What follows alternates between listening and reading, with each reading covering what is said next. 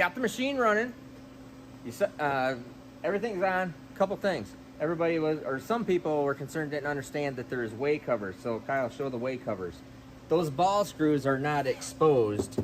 These are accordion kind of way covers. You see here, as it moves across the accordion, so it covers everything. The ball screws are covered. We were just showing you the internal workings of what all was there. All right, so now we're going to, we have put this is just the junk LS block that we have here. So we're just making scrap out of it. We're not, so don't get concerned about the heights or anything like that. We're just practicing, and Marty's training everybody on how to use the machine. So, long story short, the machine is all indicated in. We've put the block in the machine, and so now we have indicated in the fly cutter for resurfacing, for decking. So this is cutting at the exact height that it probes out at. So what we're going to show you is go right to putting the probe in and show you like we had just put this block in from brand new, and we're going to cut a few thousandths off of it. All right, so go ahead, Mitch.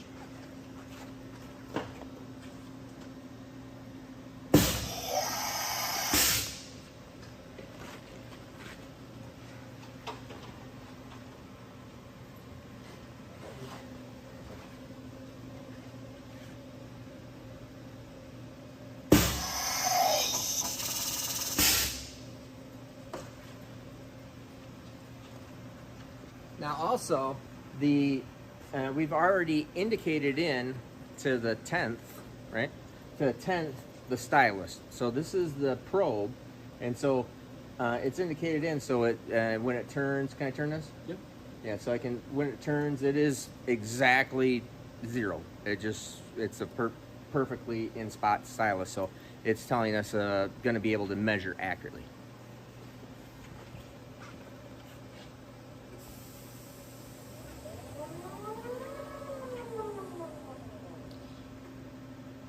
So what it does here is it always goes past, it overstrokes, it goes past this position, then brings it back up to always account for any type of backlash.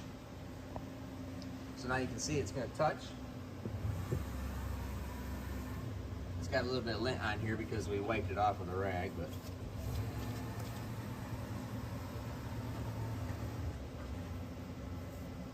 how many spots does it measure in? 6. We set up for 6. So Ken set it up to measure 8 points. Okay.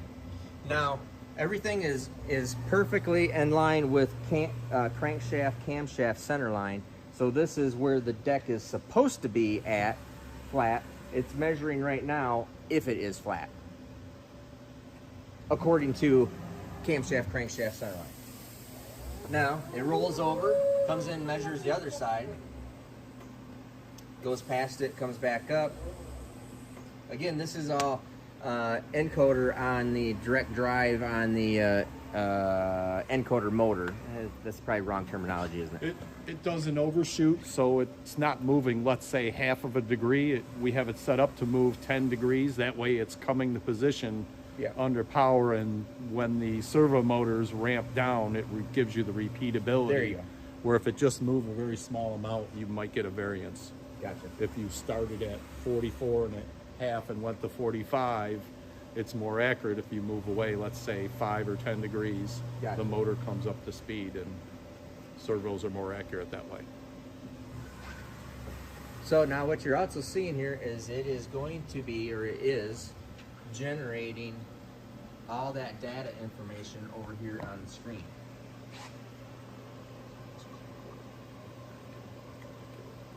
So that's the right deck and the left deck. So it is showing you the actual probe positions, and they're all within there's 3 tenths, 4 tenths. 4 tenths. So that's all within 4 tenths. So now Mitch is going to so just bear with me, pretend that this is just a block we just threw up here.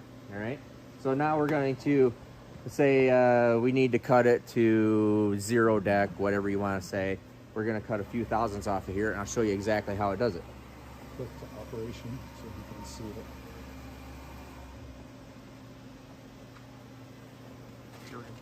So we're going to end up cutting to a 9.218 deck height. Like I said, this is just a junk block, so don't get hung up on the number. And Mitch is going to change the tool here to the flat cutter.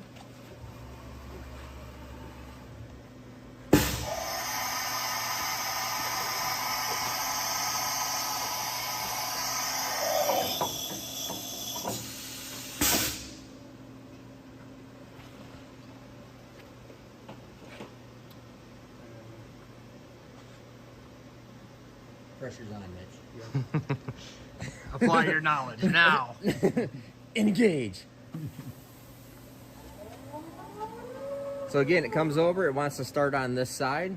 Just, is this left bank or is this right bank? That's left bank. This is left bank, okay.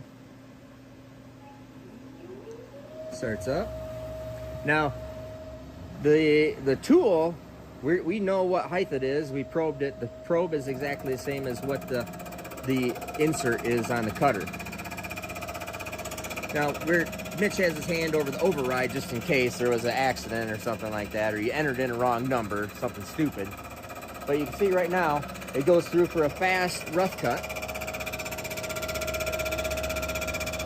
So you can see it's cutting at 9.220 right now. And it's going quite fast here. So this would be a feed rate if you were using a composite gasket. If you wanted about a 60 RA, this 25 thousandths per revolution would give you probably between 60, 70 RA-ish. Okay. We're going to go at like a 10 thousandths feed rate to be closer to, let's say, a 10 or 12 RA number for our MLS gaskets, and we'll do that on our final pass. Okay. So you'll hear here. Listen, you can hear the, you might not hear it, but the spindle speeds up.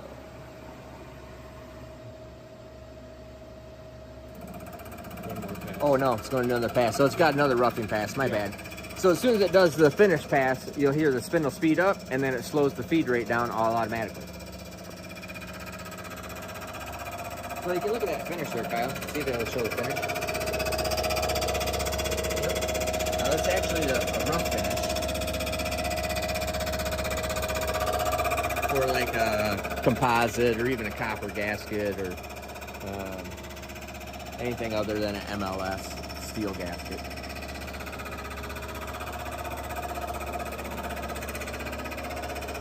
Now, after we're done here, what we're going to show you too is we're going to run an indicator across it and see how flat it is. There's some people with a little bit of concern that because we put that tip in it, this is way over exaggerated, okay? Put that tip in it, that it's going to concave machine it. And we're going to show you exactly what it does and what it doesn't do. So here you'll hear it. This should be going on. It's speed up. Yeah, there you go. So the spindle speeded up to, what was it? 1050. It's 1050 right now. What was it? It was 950. It was 950, so pretty minimal change. But now it's sped the spindle up and slowed the feed rate down.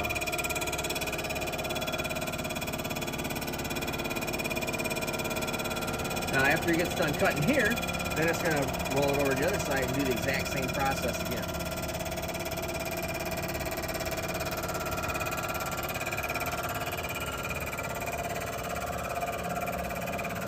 So we'll not bore you with the rest of this, so we'll pause for a second. We have dog management here who's inspecting everything that's being done. Probably going to doze off here in a minute, looks like. Now, this is all done on this side. You'll see it here, and so it's going to retract, comes back over, and it's going to roll over to the other side, and then go to that, do that exact same thing. So let's watch that real quick. Then, so here we go. It unlocks the head unit, the head here, goes past, then comes back and feeds it in, so it takes out any backlash and is more accurate when it does it that way.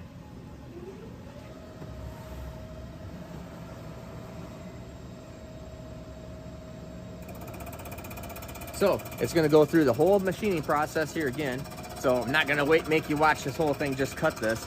But what we are going to do is we're going to come back, we're gonna put an indicator in it and go just front to back, so not sweeping it. So we don't put the indicator on the tool. We actually put the indicator and just go in, out, and Y to actually show that it's flat.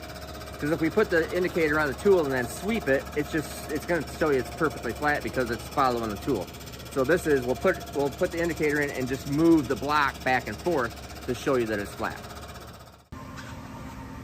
All right, it's just gotten done milling the second side. So it's all done. There's no anything else that's going to do there. So what we're going to do here, this is just cut it. You just saw the head get retracted. Now what we're going to do is we're going to put the indicator on here. You can just sweep it right there. Let's pull the fly cutter out and move the chip guard up. Okay. Yep. We'll take the fly cutter out, move the chip guard up. And yes, by the way, that's Cat 40 tooling. So it has the same tooling as the Centroid over there and my other CNC mills that I have sitting around. Different pull button. If you know what that is. Left-hand side in the middle, right up against there. It'll be in the middle of the travel. All right, so we're setting up the indicator. This indicator reads in 10,000ths, so a 1/10 of a thousandth. So each number that you see is 1/1000th of an inch. All the indicators in between are 1/10 of a thousandth. So that's 0. That would be 1,000. So each indicator in between is a 1/10 of a thousandth. Yep, make your angle of this.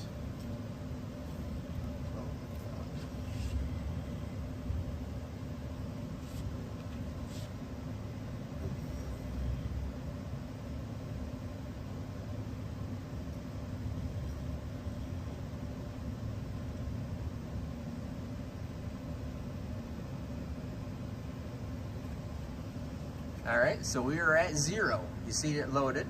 So it's at 0. We're gonna sweep all the way across this to the other end.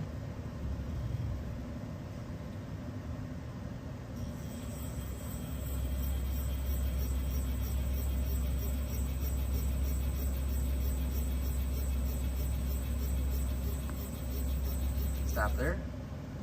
That is, can't read it. That is 2/10 of a thousandth in the middle, then go all the way to the other end.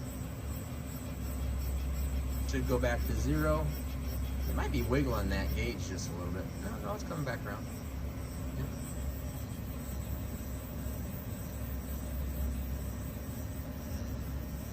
Yep. All right, and there you go. No, and see, it just wiggles. Yeah. What you're finding is, so that is 2/10 at most, so 2/10,000ths of an inch. What you would be finding out is, and you can see even just moving the gauge makes it wiggle a 1/10. It is a 1/10 of a thousandth. How many micron is a 1/10 of a thousandth? So your human hair is 3/1000ths. Yeah. So that's yeah. It's a piece of paper is 2/1000ths, so that is 10 times less the thickness of a piece of paper. Long story short, it's right and it's flat. Okay. Don't overthink it too much. Yes, it does concave at 2/10 of a thousandth of an inch, which is so minimal. Oh, where you would find that is with the rougher surface finish for a composite gasket. So the what we'd use on copper or what we'd use on regular fiber gasket, those ridges in a RA of 60 are probably about a couple tenths. Yeah, the big advantage is your RA for your MLS gaskets is going to be smoother, where if you had the fly cutter flat and it dragged the tail of the cutter, it would give you a much rougher RA finish. And yeah, or another way of thinking it, if it did back cut, it would probably back cut about a 1/10 of a thousandth. So I mean, if we let it back cut, the surface finish, that's what I'm trying to tell you, the surface finish alone is worth about a 1/10 or 2/10 of a thousandth of an inch, just the surface finish. So what you're seeing there is, that is not a big deal. So that is the correct way, the best way. This is, as far as I'm concerned, the best way and the best machining of a flat block to the camshaft crankshaft centerline. This is the best way to be done, period. And now we're going to show you how this thing bores, how it probes, and what all is going on. Then we're going to show you the receiver groove program, show you, and then lifter bore program also going to be in the little segments here. So Mitch is going to run this thing through. So what we do is everything is first based off of the crankshaft center line. Verify where the dowel pins are at, because we verify dowel pins because we use the dowel pins in order to blueprint the block. So we know the dowel pin is in the correct orientation to the crankshaft center line, and then we go, everything probes off of that dowel pin. So we've already done all of that, so we're not going to show you that, but we will show you how then the probe comes down and touches off on the cylinder to make sure to start mapping where that cylinder is at and where all 4 cylinders are at, and then we'll show you where they are in correlation to where they're supposed to be. So Mitch is going to run that real quick.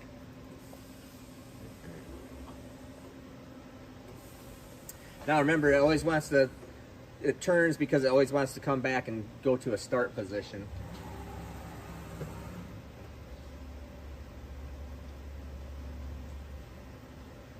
So the probe comes over, it touches in, then it comes over, it turns. So like I said before, it's always on the same part of the tool, of the stylist, which I think is a really good idea.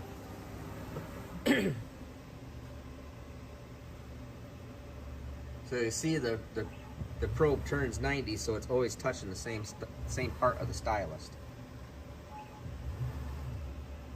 All right. So we'll bore this, or probe these next 2 holes. We'll look at the numbers, and then we're going to be putting in the boring head, and we'll show you how that bores. And I'll talk to you a little bit about the actual boring, because one of the things that it does is it comes down to the bottom of the bore, and then we'll move over to offset so it clearances for the hone. I'll explain that thing to you in a minute.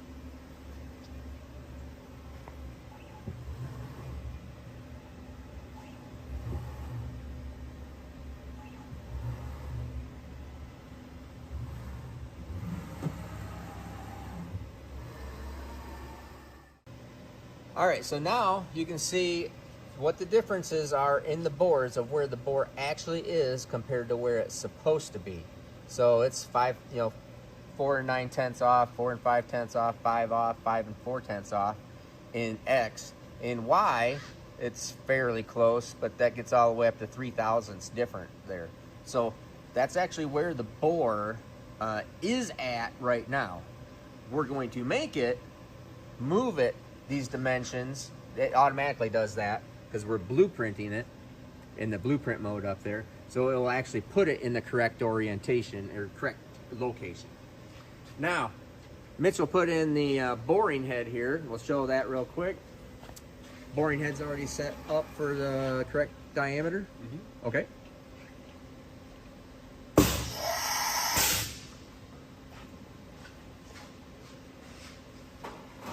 Has a very positive engagement on the tool changer. I noticed that. It banged, you know, it's bang. Usually they're a little softer than that.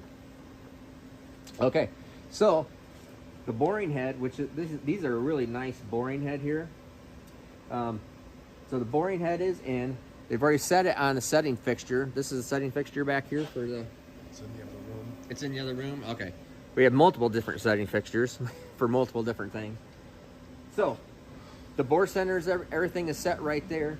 Now, one thing I'm going to have Mitch show you here is the bottom of bore offset. So what this is doing, now these are absolute numbers, so disregard, I mean, it's not moving 300 or 3 inches, 280 thousandths. That's an absolute number based off of the start position. So it starts at 9.3. It's going down to 3.28. So basically it's a 6-inch bore, which is correct. So what it's doing here, you can see this little offset. We're only going to do one bank right now for you. We're just going to do this right bank, and it's the right bank because it's the bank that as you're sitting in the car. This is right side over here as you're sitting in the car. This is the back of the motor, front of the engine.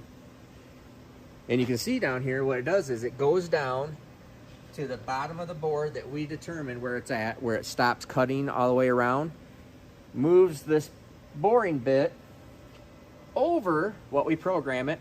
Right now we have it programmed at 10 thousandths, so it moves over 10 thousandths and goes down the final dimension, usually to the very top of the main web is where it would go down to.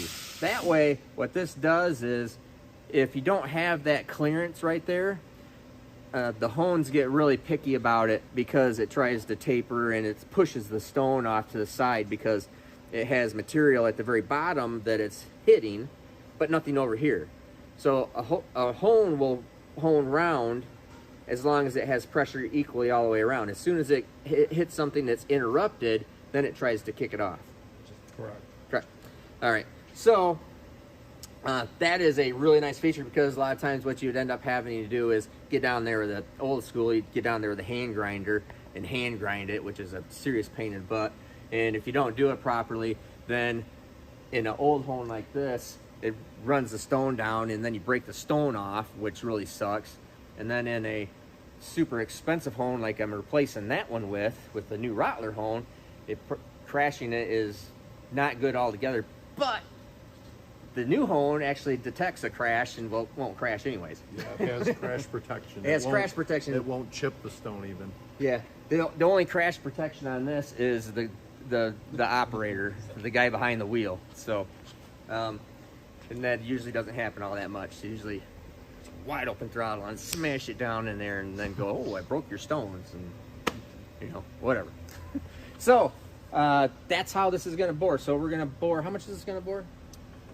20. 20. This is just going to bore 20. Now, Marty has already sampled it out because he's been showing us how everything works, and this is just a junk block. So he's already bored one block or one hole over here, 200 thousandths, you said, at a time? In one shot. And In actually one this shot. hole's a little bit bigger than the other because we've been treating been messing. Yeah, been messing with us a little bit. So don't worry about any of that. We're just showing you how it basically works. But to cut 200 thousandths at a time is a crap ton. That is a mega crap ton. Yeah, that is a lot. We went with a light feed rate when we were playing with it just to prove the machine out. Yeah, just proving the machine out, making sure the setup is all good and it does it, and shows us how we can do that. We normally wouldn't do that because that's hard on parts, but it's neat that you can do it. It means it has a lot of power up in the head and a lot of rigidity because the other machine it would stall out way before that. Way before that. So anyways, let's run this thing. We'll show you this and how this bores. You really won't be able to see the way it offsets. You're not really going to see that, but I don't think you'll be able to see that one. Not really. Just on the digital readout. You see it on digital readout, but so let's go ahead and run this program. And you drop the shield down any so it's not throwing chips all over? Yep. All right. This nice little shield here is pretty cool too. And so, does that sit on the block? I haven't even seen this yet. Yep.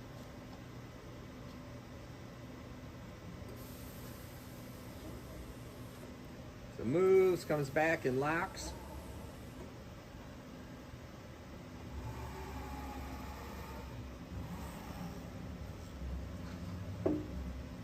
Oh, that's nice.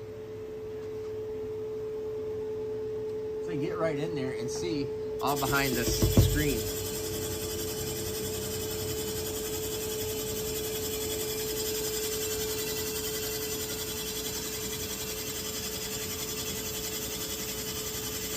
So this nice shield currently is keeping chips from getting thrown all over my floor, which makes me happy. I like that.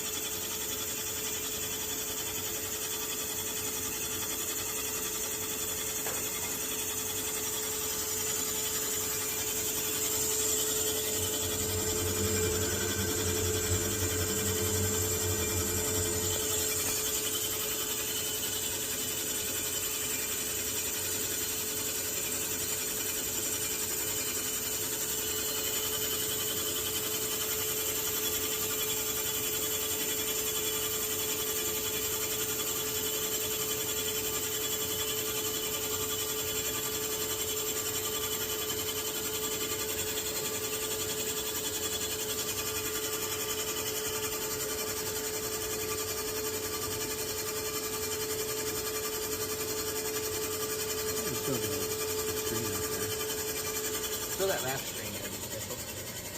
This is interesting. Low spindle load, the feed rate that's running, spindle RPM. It's pretty hard to see, but it will move over. There, it moved over and started going down. Now, it always indexes the tool away from the bore side. Before I cut my finger off here, it always indexes away from the bore, so it doesn't drag the tool all the way up it. The machine moves over 10,000. Yeah, the machine moves over. So it goes down to the bottom of the hole, moves over, cuts over here, comes over, moves back over the other way, comes back up without dragging the tool up. Yep. Long story short. Yeah.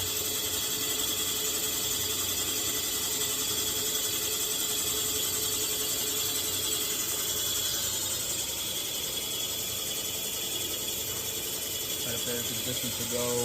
Overfeed. Ah, okay. Yeah. DTG, distance to go.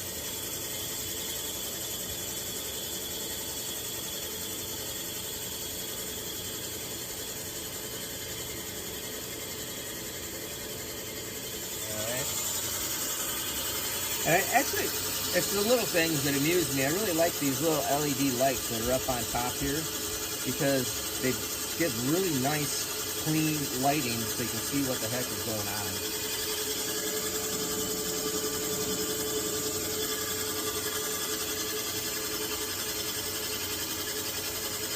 So, let's watch the screen here so you can see it move over. You'll see it move over in X. When it gets down to the bottom of the bore, there you go. See, it moved over to 63. Finishes cutting. There we go.